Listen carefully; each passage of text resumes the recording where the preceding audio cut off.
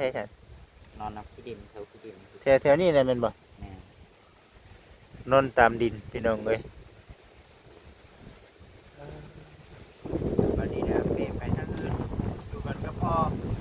หลังจากว่าอยู่กันก็พอได้พอมาเสียเนาะสิขึ้นก่อนได้เดี๋ยวเพิ่นยืนให้ขึ้นที่ได้บ่นี่ ได้ขึ้นอันนี้ได้เนาะคุณมาให้มันขึ้นได้สับอันนี้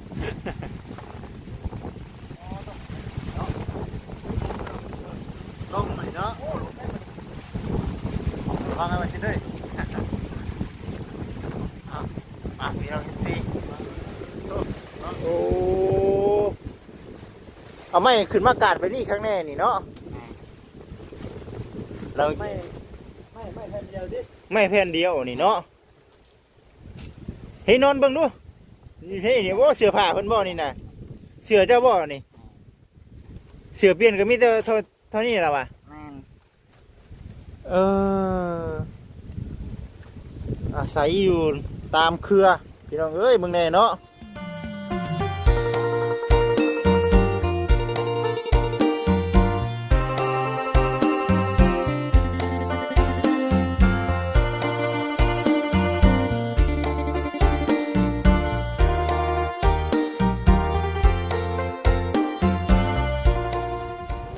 พี่น้องเอ้ยเนาะอยู่ป่าอยู่ดอนก็ยังมีลมเนาะ มื้อนี้รู้สึกว่าลมแห้งๆได้มื้อนี้ก็ได้เอาก่อนอื่นเด้อผมพี่น้องเด้อกราบสบายดีสวัสดี FC เบิดสุขสู่คนทางฝั่งลาวฝั่งไทยทางต่างประเทศพบพ่อกับบ่จิตอุทุพรคือเก่าอีกเช่นเคยมื้อนี้วันนี้เนาะทางบ่จิตเองพาผมเป็นพี่น้อง FC มาหาน้องคนหนึงดูลงแท้นี่เนาะมาหาน้องคนหนึงที่ว่าทั้งครอบครัวเนาะบ่สมบูรณ์แบบซะบ่ได้ก็ได้บนพักบนเช้าที่อยู่ที่เช้าเฮือนซานลานแป้นบ่มีพี่น้องเอ้ยเนาะก็เลยเนาะต้องอาศัยนอนป่านอนดอนเนาะถือว่าโอ้พอมาเบิ่งตัวจริงเนี่ยก็อยู่ข้างล่างของบ่จิตนี่แหละเดี๋ยวสิพาพ่อแม่พี่น้อง FC ไปทำความรู้จักกับน้องเพิ่นก็จากที่พังเบิ่งเรื่องราวนี่ก็ถือว่ามันแบบนี้เนาะมาแบบนี้นะก็น่าสงสารเพิ่นอยู่ได้พี่น้องเอ้ยวันนี้ทางผู้จัดก็เลยว่าเดี๋ยวสิพา FC ทุกท่านนี่แหละที่ว่าติดตามรับชมเบิ่งเนาะช่วยพิจารณาช่วยกันออกความคิดเห็นช่วยกันเนาะว่าสิเป็นจังไดเดี๋ยวไปถามเบิ่งก่อนพ่อแม่ญาติพี่น้องเป็นจังไดแบบนี้นะพี่น้องเนาะคือเป็นยังต้องได้มานอนอยู่ตามเครือเนาะตามต้นไม้อยู่ทั้งต้นไม้โบย่านโอ้เนาะเวลาลมพัดมาหรือว่าเวลานอนญาติเฮานอนจะตกแบบนี้นะเดี๋ยวที่ไปถามน้องเด้อพี่น้องเด้อเนาะดูลมเนาะลูกแก่ลูกว่าเนาะพี่น้องเอ้ยเนาะดูพี่น้องเอ้ยเอาเสร็จเนาะก่อนอื่นก็เดี๋ยวสิพาพ่อแม่พี่น้องFCมาเบิ่งก่อนเนาะมาเบิ่งบอนอยู่บอนเสาเพิ่นก่อนเด้อพ่อแม่พี่น้องเด้อว่าสิเป็นจังใดเนาะสภาพบอนเพิ่นพักเพิ่นเสาโอ้คิดว่าพุ่นพี่น้องเอ้ยย่านแม่นวังนี้นี่เนาะมาเบิ่งเด้อพ่อแม่พี่น้องเด้อนอนอยู่เครือนี่เนาะ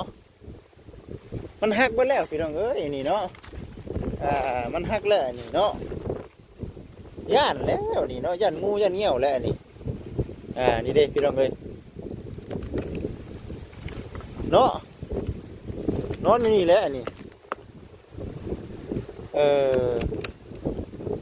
หักโลกปะเด้อ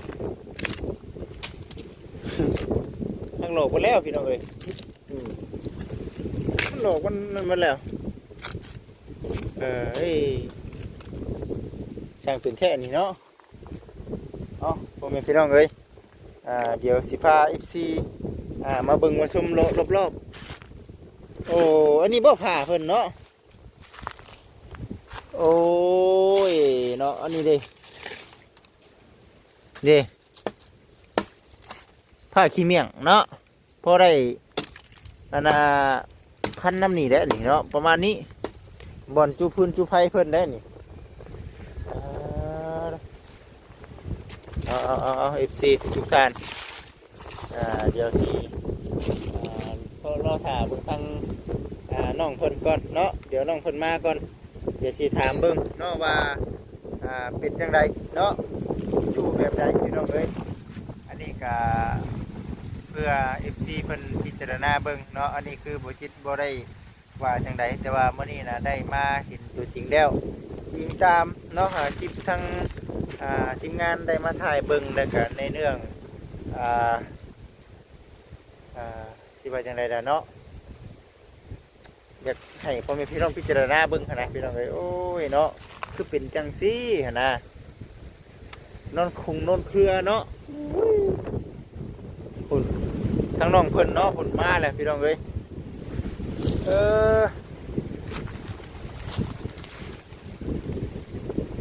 พุ่นน้องหยังก็น้องเวยบ่มาพี่เนาะน้องเวยชื่อน้องเวยพี่น้องเอ้ยมันคือลมแท้นี่เนาะ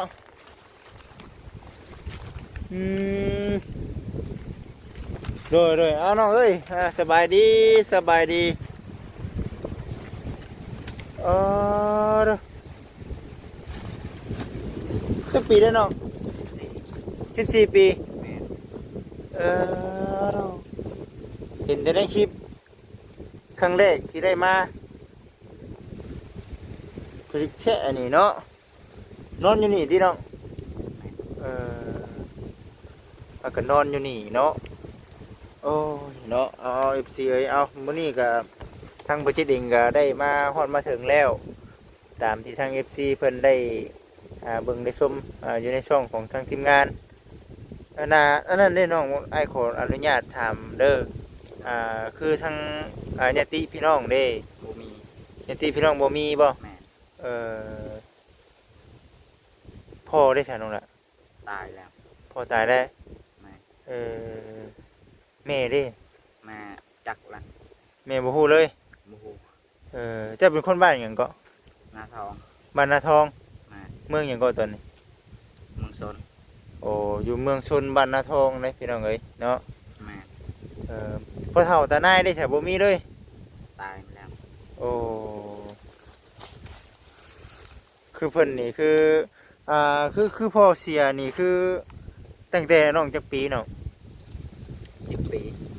น้องประมาณ10 ปีแต่ว่าจากบ่ได้เห็นกันกับแม่ได้ซะ8 ปี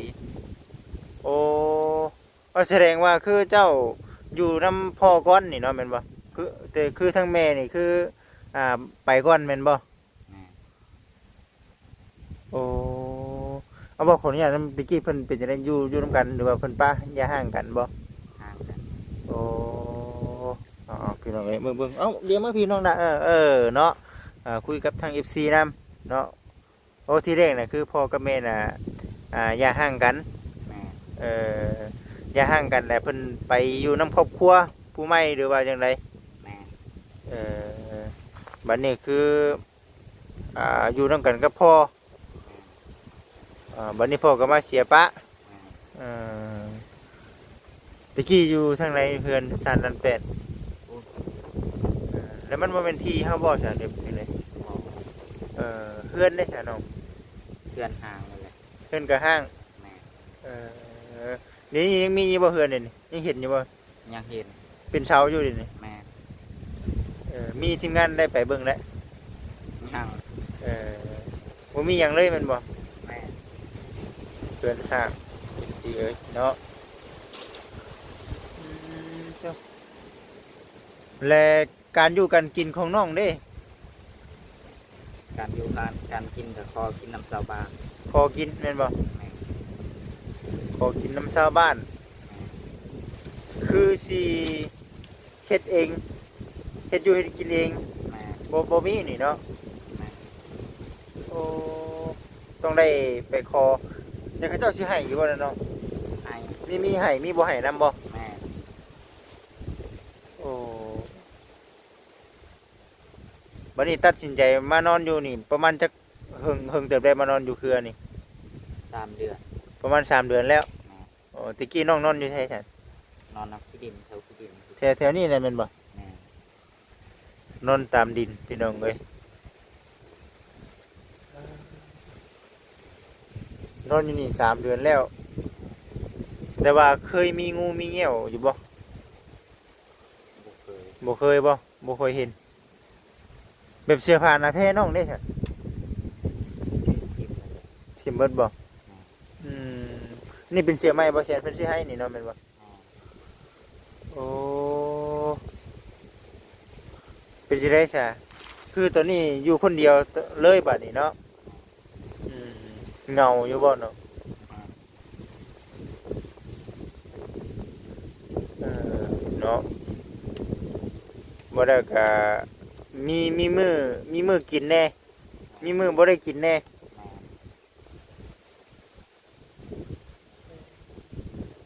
ปัจจุบันนี้เฮ็ดหยังแค่ตอนนี้ปัจจุบัน บ่ได้เฮ็ดงาน บ่ได้เฮ็ดหยังบ่ แม่ อืมภายในสะพ่อเจ้าทำยิตมาถามไทย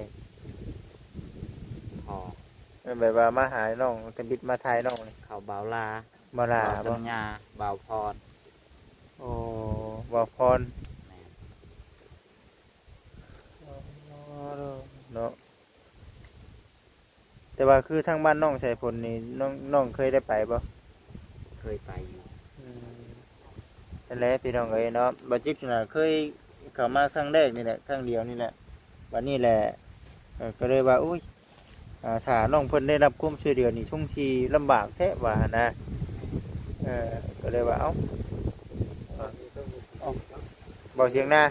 เอาสบายดีสบายดีเอามาสามารถจับตัวให้ได้มึงมา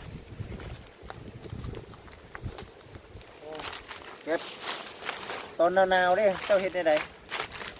หนาวๆกระดังไฟนอนแคมป์กีตาไฟ นอนจุนอนอยู่นี่สิ แม่ บ่มีแนวผูบ่ บ่ หรือว่าโอ้เนาะยอดเลยดี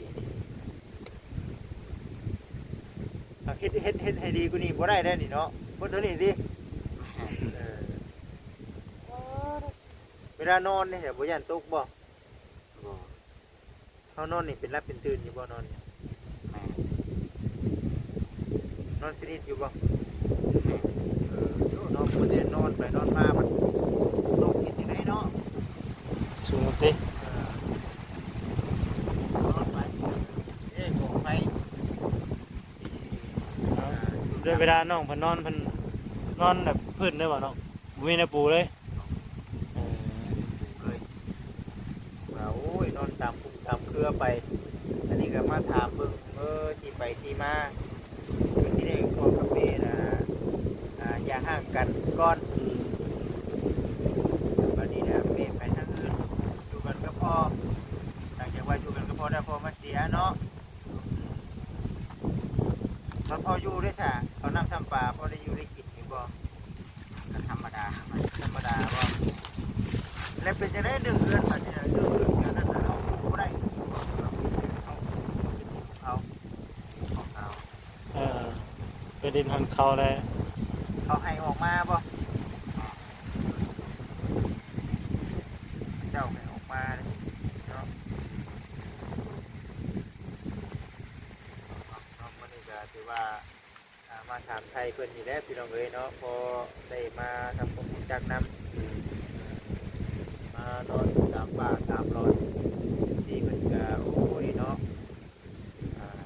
ขึ้นกระบะเนาะมีหลายๆช่องก็มาถ่ายเนาะ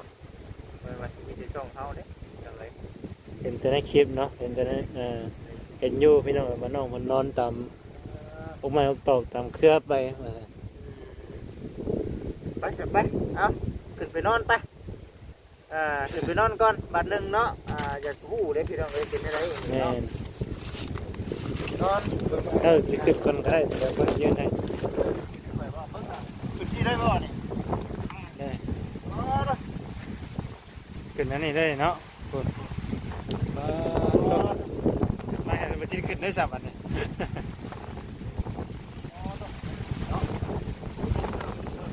ลงหน่อยเนาะวางให้มันกินด้วยมาพี่น้องสิโอ้เอาไม่ขึ้นมากาดไปนี่ข้างแน่นี่เนาะเราไม่แผ่นเดียวดิไม่แผ่นเดียวนี่เนาะเฮ้ยนอนเบิ่งดูนี่เฮ้ยนี่ว่าเสือผ้าเพิ่นบ่นี่นะเสือเจ้าบ่นี่เสือเปลี่ยนก็มีแต่เท่านี้แหละวะ แม่น อาศัยอยู่ตามเครือพี่น้องเอ้ยเบิ่งแน่เนาะนอนสิได้บ่แม่นี่นอนน่ะ แม่น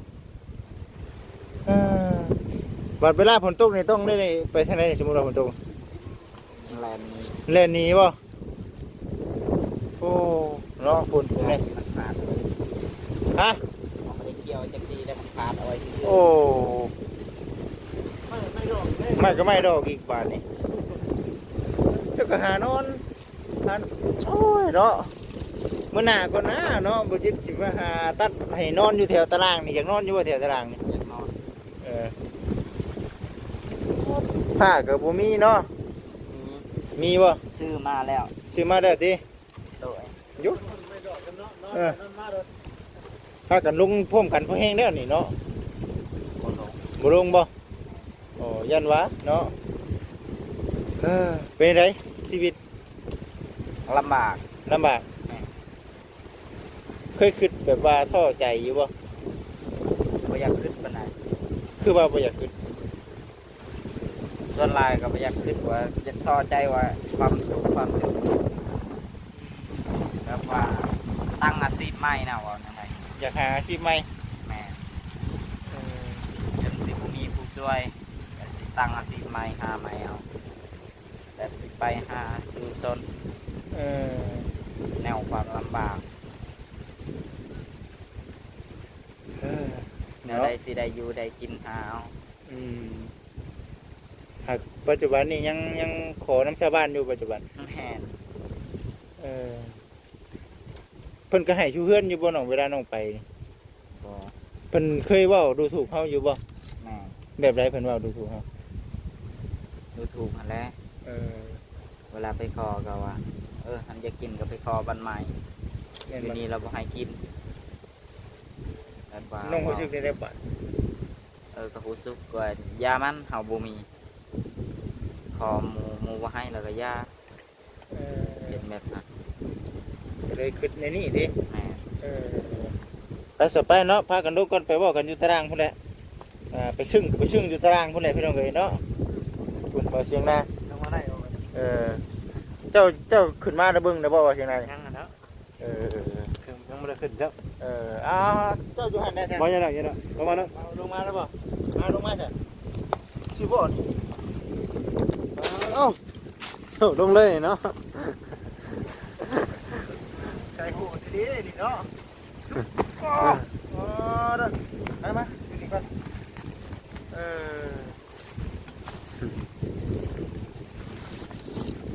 ก็เลยว่าหากินไปก่อนหากินวันๆไปก่อนเนาะเคยดูถูกเลยเคยเจ้าดูถูกอยู่จะกี่แนะนำหาอาชีพแบบใดเนาะคนเฮามันเบิดแล้วเนาะมันเบิดมือเบิด ตอนน้องอยู่กับพ่อน่ะเฮียนอยู่บ่น้องก็เห็นเสื้ออยู่เพื่อนเอามันเสื้อเจ้าบ่ แม่นแต่หาเฮาเขียนเฮาคนหนึงแล้ว เสื้อน้องบ่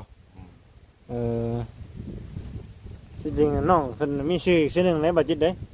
น้องหยังก็ น้องเบอร์ น้องเบยเนาะเจ้าน่ะเนาะคนนี้น้องเบยชื่อแท้เจ้าได้อันนี้บ่ นิ้ว ฮะ นิ้ว เท่านิ้วเท่านิ้วหรือนิ้ว แต่ในเสื้อคือเป็นชื่อเท่านิ้วฉันเนาะเสื้อหอยไว้ในเฮือนน่ะเท่าอย่างเงี้ย เสื้อหันเสื้อดีตอนเขาโรงเรียน เออ แบบ ซื้อเขาเฮียนเขาเอิ้นแบบนี้น้ำเสือ เออ เดี๋ยวน้องเว้ยนี่เนาะ แม่นน่ะ น้องเว้ยพี่น้องเอ้ยเนาะเอาเนาะอันนี้ก็นอนนี่เจ้าบ่ย่านบ่ อยาก เออคือขึ้นไปนอน ขึ้นไปนอนความจำเป็น มันจะเป็น แม่ ถ้าสมมุติว่า FC เพิ่นนั่งเพิ่นเบิ่งนี่มันสิแม่นความจริงอยู่บ่น้องสิขึ้นไปนอนแท้อยู่บ่น้องมีหยังสิเว้านํไปน้องนอนได้ดีบ่ ดี เออ ถ้าบ่เสือให้เขามาเบิ่ง เข้ามาเบิ่งเลยติ แม่ เห็นวะเนาะโอ้บ่ได้ก็นอนได้ดีลำบากอีหลี แม่ เกินมาได้กำพร้ากำพร้อยเด้อบัดนี้เนาะ อืม แม่ ชีวิตอนาถาอยู่ตามเครือตามหญ้าไปเนาะนี่ก็สิว่าโอ้ยเนาะ มาแล้วก็สัญญาณเวลาอีกยังประมาณ5นาทีเราจะสิได้ออกไปหาเราบอกให้ออกไปหาอีกรอบสอง บ่น่า โอ้ มันมีเวียกเราแบบเรามีเวียกอยู่เวียกสำคัญอยู่เราสิบอก เออ แต่มันเวียกที่สั่งไว้ครับ ฉันนอนมีแต่ว่าอันนี้ ออ ก็ กไปกับบุคคล5นาทีเขาก็สิเข้ามาอีก รถเจ้าขี่มารถไผเนาะ รถเบาหลาร ถบาลา แม่ โอ้ มีแต่ว่าคุณน้านี่กับบ่แซนก็สิมีเรื่องสำคัญคือกันเดี๋ยวคุยกับบ่แซนเพิ่นก่อนได้อเด้อ โดย แล้วเจะจังออกไปหาเราเนาะ บุคคล2นาที3นาทีก็ได้เข้ามาหาอีก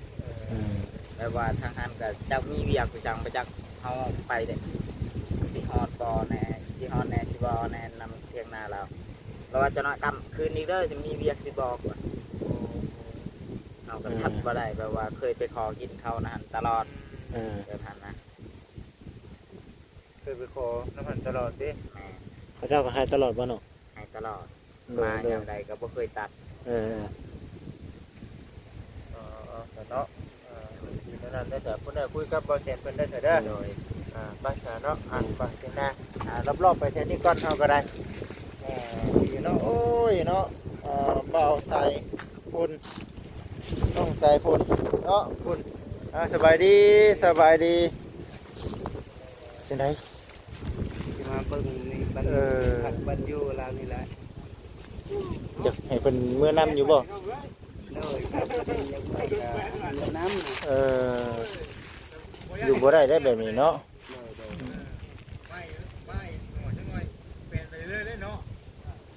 สุดยอดแท้นี่เนาะจังเป็นแท้นี่ขึ้นไปเทิงพุ่นพี่น้อง FC ตะลายพุ่นทางบ่แสนเพิ่นมาซึกของเนาะซื้อเครื่องของมาให้ใหม่เนาะนี่นั่นได้จังหวะบรรยากาศได้ถ่ายบรรยากาศให้กับ FC ได้เบิ่งได้ชมเด้อพ่อแม่พี่น้องเด้อเด้อคือสิประมาณนี้แหละอะไรกันเดี๋ยวจะได้ขอตัวจบคลิปก่อนเด้อผมเป็นพี่น้อง FC อันนี้ก็ถือว่าได้มาเห็นแล้วเนาะผมพี่น้องเลยได้มาเห็นแล้วเนาะมีแต่ว่าเอารอเบิ่งรอชมถึงกำลังใจให้ทั้งน้องเพิ่นนี่คือน้องเพิ่นว่าไปตามเป็นจริงที่ให้มาเบิ่งเด้อเพิ่นบ่จิตบ่มาเบิ่งเด้อบ่จิตเนาะแต่ว่าทั้งชาวบ้านเพิ่นก็คือเฮาเห็นนั่นแหละพี่น้องเอ้ยเนาะจากอันนั้นเนาะนอนอยู่หันน่ะดีพี่น้องเอ้ยเนาะเอาไปซะเนาะเดี๋ยวบ่จิตสิเข้ามาน้องเพิ่นใหม่เด้อซะเด้อ FC เด้อเนาะเอาสบายดีดีมีแฮง FC ทุกท่านเนาะ